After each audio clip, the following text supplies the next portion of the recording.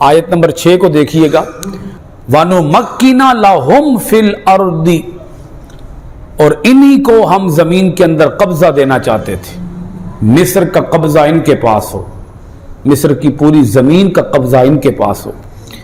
اب آگے سنیے گا، اللہ پاک فرماتا ہے وَنُرِيَ فِرْعَوْنَ، اور ہم چاہتے تھے کہ ہم دکھا دیں، ہم چاہتے تھے کہ ہم دکھا دیں، وَنُرِيَ فِرْعَوْنَ وَحَامَانَ وَجُنُودَهُمَا مِنْهُمْ مَا كَانُوا يَحْذَرُونَ۔ وَنُرِيَ، ہم دکھا دیں، فرعون کو، وحامان اور حامان کو، وجنودہما اور ان دونوں کے لشکروں کو، منہم ان میں سے، ما کانوا یحذرون جس سے وہ خطرہ محسوس کر رہے تھے، جس بات کا انہیں ڈر تھا، جس بات کا انہیں خطرہ تھا، ہم وہی تو انہیں دکھانا چاہتے تھے۔ فرعون اور فرعونیوں کو ڈر کیا تھا کہ کہیں وہ بچہ پیدا ہو نہ جائے، کہیں وہ جوان ہو نہ جائے، کہیں وہ ہم سے ہمارا تخت چھین نہ لے، یہ انہیں ڈر تھا۔ اللہ پاک فرماتا ہے جو ان کا ڈر تھا ہم وہی انہیں کر کے دکھانا چاہتے تھے۔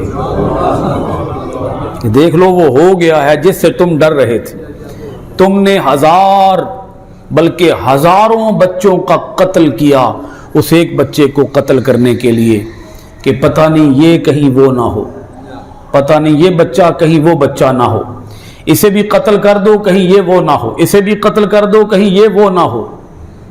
اللہ پاک فرماتا ہے تم قتل عام کرتے رہے کہ کہیں وہ بچہ پیدا ہو نہ جائے، وہ کہیں جوان ہو نہ جائے، وہ کہیں بچ نہ جائے، تم بچوں کو مارتے رہے، اور ہم کیا کرنا چاہتے تھے؟ ہم تمہیں اسی بچوں کے ہاتھوں مروانا چاہتے تھے، اسی کے ہاتھوں تمہیں شکست سے دوچار کرنا چاہتے تھے، اسی کے ہاتھوں تمہیں تخت سے محروم کرنا چاہتے تھے۔ ہم یہ چاہتے تھے کہ ہم تمہیں دکھائیں، وہی دکھائیں جس کا تمہیں ڈر تھا۔ اب حضرت موسیٰ علیہ السلام دنیا کے اندر جلوہ گر ہو گئے۔ سبحان اللہ۔ موسیٰ علیہ السلام کی ولادت کا، پھر شیر خارگی کا، دودھ پینے اور پلانے کا، پھر موسیٰ علیہ السلام کے جوان ہونے کا سارا ذکر مفصل طور پر اللہ پاک نے خود بیان فرمایا۔ جس پہلو کو اللہ تعالیٰ تفصیل سے بیان کرتا ہے اس پہلو کے اندر ہزارہا ان گنت حکمتیں موجود ہوتی ہیں۔ جس پہلو میں کوئی خیر کا پہلو نہ ہو، ہدایت کا پہلو نہ ہو، اللہ اسے بیان ہی نہیں فرماتا کہ اس میں ہدایت ہی کوئی نہیں ہے، اس کو کیا بیان کرنا ہے۔ اب دیکھیں اللہ تعالیٰ نے اس واقعہ کے اندر سے، یعنی آپ کے شیر خارگی، بچپن، لڑکپن، جوانی میں سے کیا کیا بیان فرمایا۔